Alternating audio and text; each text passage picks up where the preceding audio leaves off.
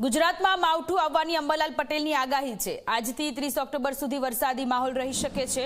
અરબ સાગરની system deep depression બનીને ગુજરાત તરફ આવતા ગુજરાતના ભાગોમાં દેશના પૂર્વીય ભાગોમાં જતા રાજસ્થાનમાં સાયક્લોન બનવાની શક્યતાઓ છે, જેના કારણે ગુજરાતના વાતાવરણમાં પલટો આવી શકે છે। 30 ઓક્ટોબર સુધી રાજ્યના અનેક ભાગોમાં વરસાદ પડી શકે છે।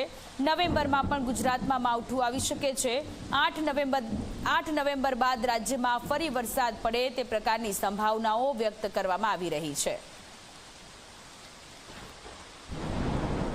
હવે ગુજરાતના ઘણા ભાગોમાં વરસાદ થવાની શક્યતા રહેશે, જેમાં દક્ષિણ ગુજરાતના ભાગોમાં મુસળધાર વરસાદ થવાની શક્યતા રહેશે। દક્ષિણ ગુજરાતમાં વલસાડ, ડાંગ, તાપી, નર્મદા તેમજ નવસારી, સુરત અને ભરૂચના ભાગોમાં પણ ભારે વરસાદ થવાની શક્યતા રહેશે।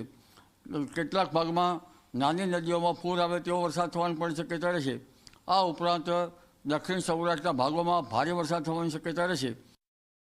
આ સિસ્ટમનો અસર લગભગ જોવા જઈએ તો ત્યાંની છેક રાજસ્થાનના ભાગો અને પૂર્વીય ભારતના ભાગોમાં જતાં વચ્ચે એક સર્ક્યુલેશન બનવાની શક્યતા રહેશે અને એક ટ્રફ લાઇન પણ બનવાની શક્યતા રહેશે।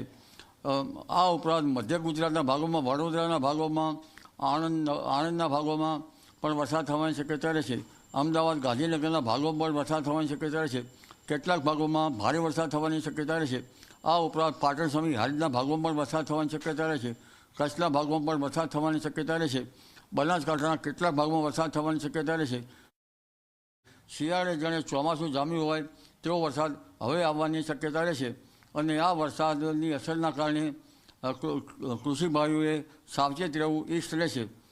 ત્યારબાદ બીજી એક સિસ્ટમ નવેમ્બરની શરૂઆતમાં પણ દક્ષિણ ભારતમાં બનવાની શક્યતા રહેશે અને આ સિસ્ટમની અસર પણ ગુજરાતમાં થવાની શક્યતા રહેશે।